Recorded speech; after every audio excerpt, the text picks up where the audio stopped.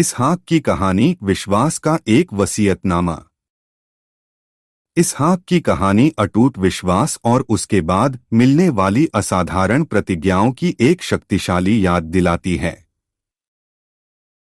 Abraham और सारा बूढ़े और थके हुए एक ऐसे वादे से चिपके रहे जो असंभव लग रहा था। परमेश्वर ने उनसे कहा कि उनका एक पुत्र होगा, एक वंश जो जातियों को जन्म देगा। सारा अविश्वास से हंस पड़ी। हालांकि तमाम बाधाओं के बावजूद आइजैक का जन्म हुआ। उसका नाम, जिसका अर्थ है हंसी, उसके आगमन की खुशी और चमत्कार को दर्शाता था। वह सिर्फ एक पुत्र नहीं थे, ईश्वरीय प्रतिज्ञा का मूर्त रूप था। कल्पना कीजिए कि अब्राहम को कितना भारी बोझ महसूस हुआ होगा जब परमेश्वर ने उस पर अंतिम परीक्षा थोपी, अपने प्रिय पुत्र, प्रतिज्ञा के पुत्र इसहाक की बलि चढ़ाने के लिए। अब्राहम ने भारी परंतु दृढ़ हृदय से आज्ञा मानी। उसे भरोसा था कि यदि आवश्यक हुआ तो परमेश्वर अपनी असीम शक्ति से इसहाक को मृतकों में से जीवित कर सकता है। यह एक अकल्पनीय विश्वास था। जब अब्राहम ने अकल्पनीय कार्य करने के लिए चाकू उठाया तो परमेश्वर ने हस्तक्षेप किया। उसने उसे एक मेढ़ा उपलब्ध कराया, जिससे इसहाक की जान बच गई। यह क्षण सिर्फ इसहाक को बचाने के बारे में नहीं था, यह परमेश्वर और अब्राहम के बीच समझौते को मजबूत करने के बारे में था। यह अब्राहम के अटूट विश्वास और परमेश्वर की असीम दया का प्रमाण था।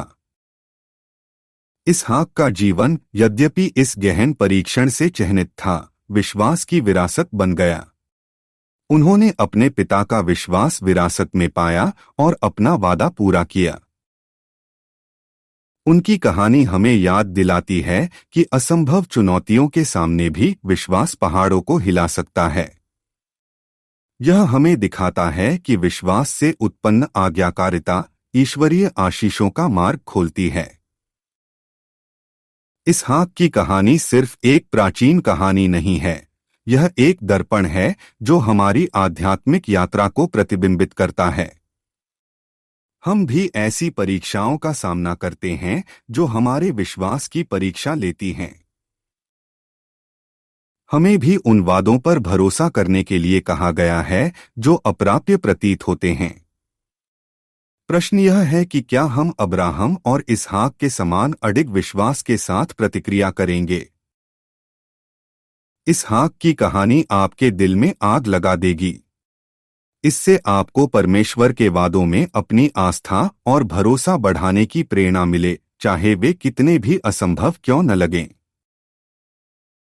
अपने जीवन के उन क्षेत्रों पर विचार करने के लिए कुछ समय निकालें जहां आपको अपने विश्वास को मजबूत करने की आवश्यकता है। परमेश्वर की योजना पर भरोसा करने के लिए मार्गदर्शन और साहस के लिए प्रार्थना करें, तब भी जब यह कठिन हो। इस प्रभावशाली कहानी को किसी ऐसे व्यक्ति के साथ साझा करें जिसे प्रोत्साहन और परमेश्वर के अटूट प्रेम और वादों की याद दिलाने की आवश्यकता है।